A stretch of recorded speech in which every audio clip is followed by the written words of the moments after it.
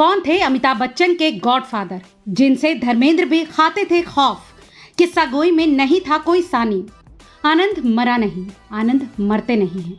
वाकई 1971 से ही आनंद हमारे बीच है और इसे हम तक पहुंचाया ऋषिकेश मुखर्जी ने।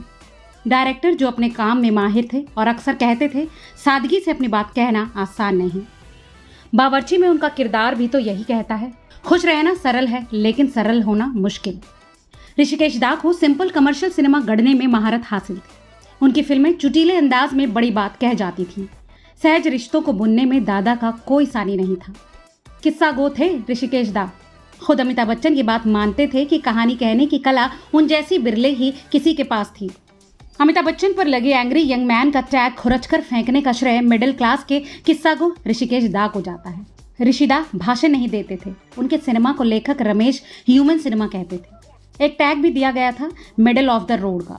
आखिर मिडिल ऑफ द रोड ही क्यों? क्योंकि इनके किरदार गुर्बत का रोना नहीं रोते दिखते थे, बल्कि पढ़े लिखे पक्के घर में रहने वाले और अपनी जड़ों से जुड़े होते थे। डायलॉग फिल्मों की जान थे। गोलमाल का राम प्रसाद हो, चुपके चुपके के जीजाजी हो या फिर खूबसूरत की गर्म मिजाज सासू माँ, ऋषिदा जनरेशन गैप को फिल बड़े ही अदब से करते थे।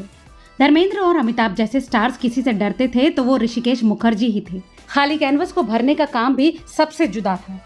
अमिताभ ने खुद एक इंटरव्यू में बताया था कि सेट पर पहुंचकर स्क्रिप्ट का पता चलता था, वहीं जानते थे कि सीन क्या है। दादा खुद इनैक्ट करके दिखाते थे। बेहद साधारण तरीके से असाधारण बात समझा जाते थे। डायलॉग महज उनके किरदारों के लफ्ज नहीं थे, बल्कि कई परिवार उनसे खुद को कनेक्ट कर पाते थे।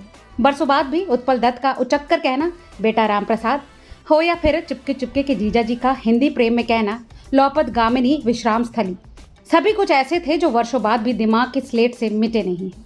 ऋषिकेश मुखर्जी की 92वीं जयंती पर अपने ब्लॉग में बिग बी ने आखिरी मुलाकात का जिक्र किया था। लिखा था, अस्पताल के बिस्तर पर लेटे ऋषिदा ने मुझे अपनी ओर आने का इशारा किया और कांपते हाथों से मेरे सिर पर हाथ रखने के बाद वहां से जाने का इशारा कर दिया। अगले दिन उनके मौत की खबर आई।